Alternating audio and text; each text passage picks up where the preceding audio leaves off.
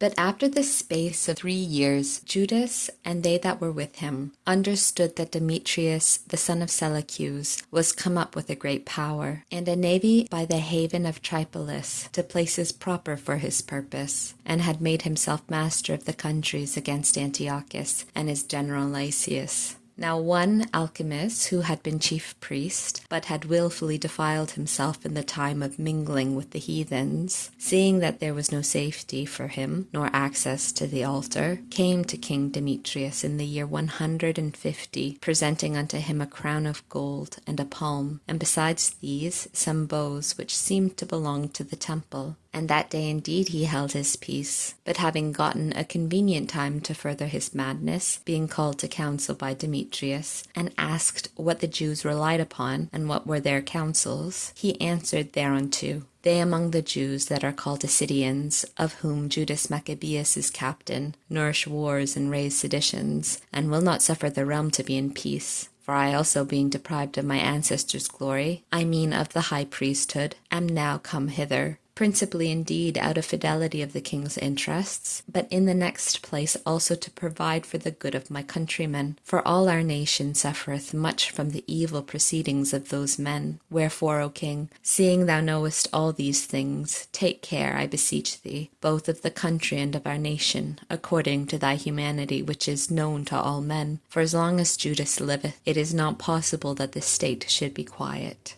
Now when this man had spoken to this effect, the rest also of the king's friends, who were enemies of Judas, incensed Demetrius against him. And forthwith he sent Nicanor, the commander over the elephants, governor into Judea, giving him in charge to take Judas himself, and disperse all them that were with him, and to make Alchemus the high priest of the great temple. Then the Gentiles who had fled out of Judea from Judas came to Nicanor by flocks, thinking the miseries and calamities of the Jews to be the welfare of their affairs. Now when the Jews heard of Nicanor's coming, and that the nations were assembled against them, they cast earth upon their heads, and made supplication to him, who chose his people to keep them forever, and who protected his portion by evident signs. Then at the commandment of their captain, they forthwith removed from the place where they were, and went to the town of Tissot to meet them. Now Simon the brother of Judas had joined battle with Nicanor, but was frightened with the sudden coming of the adversaries. Nevertheless, Nicanor, hearing of the valor of Judas's companions, and the greatness of courage with which they fought for their country, was afraid to try the matter by the sword. Wherefore he sent Posidonius and Theododius and Matthias before, to present and receive the right hands. And when there had been a consultation thereupon, and the captain had acquainted the multitude with it, they were all of one mind to consent to covenants. So they appointed a day upon which they might commune together by themselves, and seats were brought out and set for each one. But Judas ordered men to be ready in convenient places, lest some mischief might be suddenly practiced by the enemies. So they made an agreeable conference. And Nicanor abode in Jerusalem, and did no wrong, but sent away the flocks of the multitudes that had been gathered together. And Judas was always dear to him from the heart, and he was well affected to the man. And he desired him to marry a wife and to have children. So he married. He lived quietly, and they lived in common.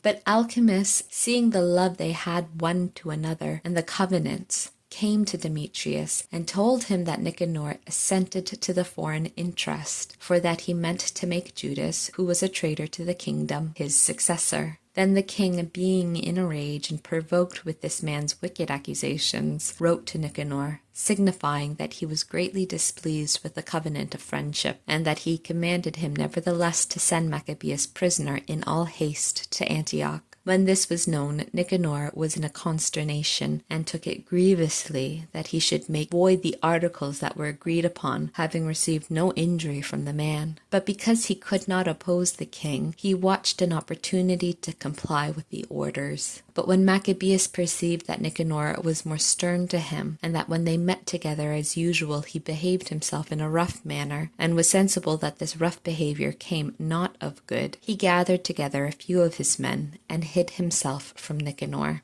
But he, finding himself notably prevented by the man, came to the great and holy temple, and commanded the priests that were offering the accustomed sacrifices to deliver him the man. And when they swore unto him that they knew not where the man was whom he sought, he stretched out his hand to the temple, and swore, saying, Unless you deliver Judas prisoner to me, I will lay this temple of God even with the ground, and will beat down the altar, and I will dedicate this temple to Bacchus. And when he had spoken thus, he departed. But the priests, stretching forth their hands to heaven, called upon him that was ever the defender of their nation, saying in this manner, Thou, O Lord of all things, who wantest nothing, wast pleased that the temple of thy habitation should be amongst us. Therefore now, O Lord, the Holy of all holies, keep this house forever undefiled, which was lately cleansed. Now Razius, one of the ancients of Jerusalem, was accused to Nicanor, a man that was a lover of the city and of good report, who for his affection was called the father of the Jews. This man for a long time had held fast his purpose of keeping himself pure in the Jews' religion, and was ready to expose his body and life that he might persevere therein.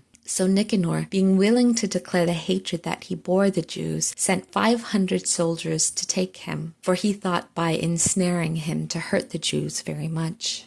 Now as the multitude sought to rush into his house and to break open the door and to set fire to it, when he was ready to be taken, he struck himself with his sword, choosing to die nobly rather than to fall into the hands of the wicked and to suffer abuses unbecoming his noble birth. But whereas, through haste, he missed of giving himself a sure wound, and the crowd was breaking into the doors, he ran boldly to the wall and manfully threw himself down to the crowd. But they quickly, making room for his fall, he came upon the midst of the neck, and as he had yet breath in him, being inflamed in mind, he arose, and while his blood ran down with a great stream, and he was grievously wounded, he ran through the crowd, and standing upon a steep rock, when he was now almost without breath, grasping his bowels with both hands, he cast them upon the throng, calling upon the Lord of life and spirit to restore these to him again. And so he departed this life.